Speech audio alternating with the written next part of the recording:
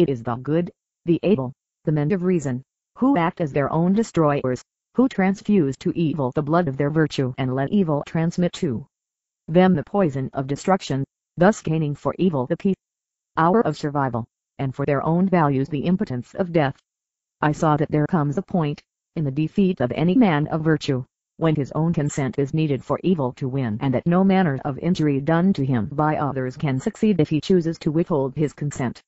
I saw that I could put an end to your outrages by pronouncing the single word in my mind. I pronounced it. The word was no. I quit the factory. I quit your world.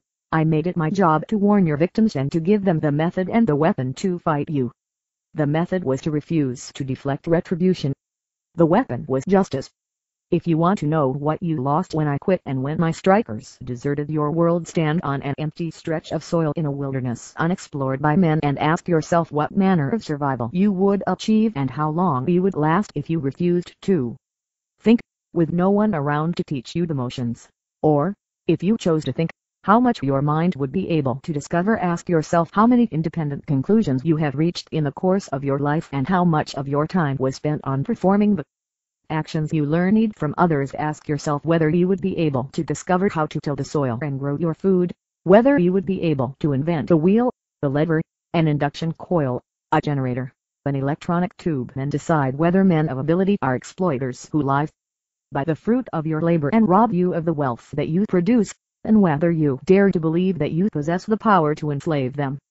Let your women take a look at a jungle female with her shrift field face and pendulous breasts, as she sits grinding meal in a bowl, hour after hour, century by century. Then let them ask themselves whether their instinct of tool making will provide them with their electric refrigerators, their washing machines and vacuum cleaners, and, if not, whether they care to destroy those who provided it all, but not by instinct. Take a look around you, you savages who stutter that ideas are created by men's means of production, that the machine is not the product of human thought, but a mystical power that produces human thinking. You have never discovered the industrial age and you cling to the morality of the barbarian eras when a miserable form of human subsistence was produced by the muscular labor of slaves. Every mystic had always longed for slaves, to protect him from the material reality he dreaded. But you grotesque little atavists, stared blindly at the skyscrapers and smoke stacks around you and dream of enslaving the material providers who are scientists, inventors, industrialists. When you clamor for public ownership of the means of production, you are clamoring for public ownership of the mind. I have taught my strikers that the answer you deserve is only, try and get it. You proclaim yourself unable to harness the forces of inanimate matter, yet propose to harness the minds of men who are able to achieve the feats you cannot equal. You proclaim that you cannot survive without us, yet propose to dictate the terms of our survival. You proclaim that you need us, yet indulge the impertinence of asserting your right to rule us by force and expect that we, who are not afraid of that physical nature which fills you with terror, will cower at the sight of any lout who has talked you into voting him the chance to command us. You propose to establish a social order based on the following tenets: that you're incompetent to run your own life, but competent to run the lives of others; that you're unfit to exist in freedom, but fit to become an omnipotent ruler; that you're unable to earn your living by the use of your own intelligence, but able to judge politicians and to vote them into jobs of total power over arts you have never seen, over sciences you have never studied, over achievements of which you have no knowledge, over the gigantic industries where you, by your own definition of your capacity, would be unable successfully to fill the job of assistant greaser. This idol of your cult of zero worship, this symbol of impotence, the congenital dependent, is your image of man and your standard of value, in whose likeness you strive to refashion your soul. It's only human, you cry in defense of any depravity, reaching the stage of self-abasement where you seek to make the concept human mean the weakling, the fool, the rotter, the liar, the failure, the coward, the fraud, and to exile from the human race the hero, the thinker, the producer, the inventor, the strong, the purposeful, the pure, as if to feel were human, but to think were not, as if to fail were human, but to succeed were not, as if corruption were human, but virtue were not, as if the premise of death were proper to man, but the premise of life were not. In order to deprive us of honor, that you may then deprive us of our wealth, You have always regarded us as slaves who deserve no moral recognition. You praise any venture that claims to be non-profit, and damn the men who made the profits that make the venture possible. You regard as in the public interest any project serving those who do not pay. It is not in the public interest to provide any services for those who do the paying. Public benefit is anything given as alms. To engage in trade is to injure the public. Public welfare is the welfare of those who do not earn it. Those who do, are entitled to no welfare. The public, to you, is whoever has failed to achieve any virtue or value. Whoever achieves it, whoever provides the goods you require for survival, ceases to be regarded as part of the public or as part of the human race. What blank out permitted you to hope that you could get away with this much of contradictions and to plant it as an ideal society, when the note of your victims was sufficient to demolish the whole of your structure? What permits any insolent beggar to wave his swords in the face of his betters and to plead for help in the tone of a threat? You cry, as he does, that you are counting on our pity, but your secret hope is the moral code that has taught you to count on our guilt. You expect us to feel guilty of our virtues in the presence of your vices, wounds and failures, guilty of succeeding that existence, guilty of enjoying the life that you damn, yet beg us to help you to live. Did you want to know who is John Galt? I am the first man of ability who refused to regard it as guilt. I am the first man who would not do penance for my virtues or let them be used as the tools of my destruction. I am the first man who would not suffer martyrdom at the hands of those who wished me to perish for the privilege of keeping them alive. I am the first man who told them that I did not need them, and until they learned to deal with me as traitors, giving value for value, they would have to exist without me, as I would exist without them. Then I would let them learn whose is the need and whose the ability, and if human survival is the standard, whose terms would set the way to survive. I have done by plan and intention what has been done throughout history by silent default. There have always been men of intelligence who went on strike, in protest and despair, but they did not know the meaning of their action. The man who retires from public life, to think, but not to share his thoughts, the man who chooses to spend his years in the obscurity of menial employment, keeping to himself the fire of his mind, never giving it form, expression or reality, refusing to bring it into a world. He despises the man who is defeated by revulsion, the man who renounces before he is started, the man who gives up rather than given, the man who functions at a fraction of his capacity, disarmed by his longing for an ideal he has not found. They are on strike against unreason, on strike against your world and your values. But not knowing any values of their own, they abandon the quest to know in the darkness of their hopeless indignation, which is righteous without knowledge of the fight, and passive without knowledge of desire. They concede to you the power of reality and surrender the incentives of their mind, and they perish in bitter futility, as rebels who never learned the object of their rebellion, as lovers who never discovered their love. The infamous times you call the Dark Ages were an era of intelligence on strike, when men of ability went underground and lived undiscovered, studying in secret, and died, destroying the works of their mind, when only a few of the bravest of martyrs remained to keep the human race alive.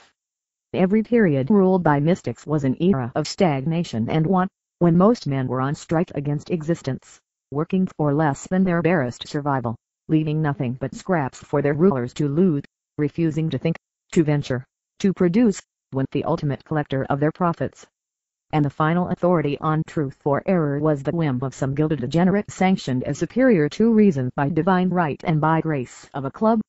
The road of human history was a string of blank outs over sterile stretches eroded by faith and force, with only a few brief bursts of sunlight, when the released energy of the men of the mind performed the wonders you gaped at, admired and promptly extinguished again.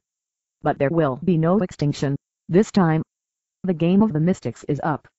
You will perish in and by your own unreality. We, the men of reason, will survive. I have called out on strike the kind of martyrs who had never deserted you before. I have given them the weapon they had lacked, the knowledge of their own moral value. I have taught them that the world is ours, whenever we choose to claim it, by virtue and grace of the fact that ours is the morality of life. They, the great victims who had produced all the wonders of humanity's brief summer, they, the industrialists, the conquerors of matter, had not discovered the nature of their right. They had known that theirs was the power. I taught them that theirs was the glory. You, Who dare to regard us as the moral inferiors of any mystic who claims supernatural visions? You, who scramble like vultures for plundered pennies, yet honor a fortune teller above a fortune maker. You, who scorn a businessman as ignoble, but esteem any posturing artist as exalted. The root of your standards is that mystic miasma which comes from primordial swamps, that cult of death, which pronounces a businessman immoral by reason of the fact that he keeps you alive.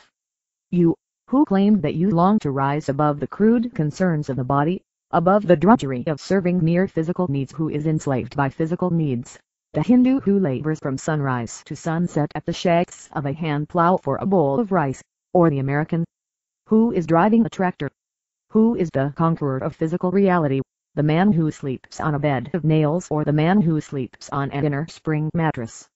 Which is the monument to the triumph of the human spirit over matter?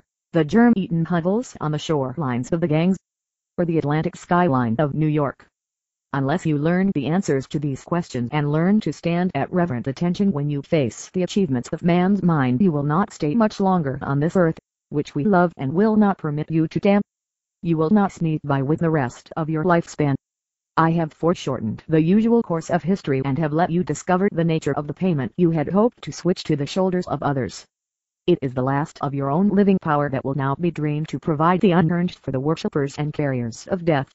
Do not pretend that a malevolent reality defeated you. You were defeated by your own evasions. Do not pretend that you will perish for a noble ideal. You will perish as fodder for the haters of man. But to those of you who still retain a remnant of the dignity and will to love one's life, I am offering the chance to make a choice. Choose whether you wish to perish for a morality you have never believed or practiced. Pause on the brink of self-destruction and examine your values and your life. You had known how to take an inventory of your wealth. Now take an inventory of your mind. Since childhood, you have been hiding the guilty secret that you feel no desire to be moral, no desire to seek self-immolation, that you dread and hate your code, but dare not say it even to yourself, that you're devoid of those moral instincts which others profess to feel. The less you felt, the louder you proclaimed your selfless love and servitude to others, in dread of ever letting them discover your own self, the self that you betrayed, the self that you kept in concealment, like a skeleton in the closet of your body. And they, who were at once your dupes and your deceivers, they listened and voiced their loud approval, in dread of ever letting you discover that they were harboring the same unspoken secret. Existence among you is a giant pretense, an act you all perform for one another, each feeling that he is the only guilty freak, each placing his moral authority in the unknowable known only to others, each faking the reality he feels they expect him to fake, some having the courage to break the vicious circle. No matter what dishonorable compromise you've made with your impracticable creed, no matter what miserable balance, half cynicism, half superstition, you now manage to maintain, you still preserve the root, the lethal tenet, the belief that the moral and the practical opposites. Since childhood, you have been running from the terror of a choice you have never dared fully to identify. If the practical, whatever you must practice to exist, whatever works, succeeds, achieves your purpose, whatever brings you food and joy, whatever profits you, is evil, and if the good, the moral, is the impractical, whatever fails, destroys, frustrates, whatever injures you and brings you loss or pain, then your choice is to be moral or to live. The sole result of that murderous doctrine was to remove morality from life. You grew up to believe that moral laws bear no relation to the job of living, except as an impediment and threat, that man's existence is an amoral jungle where anything goes and anything works. And in the fog of switching definitions which descends upon a frozen mind, you have forgotten that the evils damped by your creed were the virtues required for living, and you have come to believe that actual evils are the practical means of existence. Forgetting that the impractical good was self-sacrifice, you believe that self-esteem is impractical. Forgetting that the practical evil was production, you believe that robbery is practical. Swinging like a helpless branch in the wind of an uncharted moral wilderness,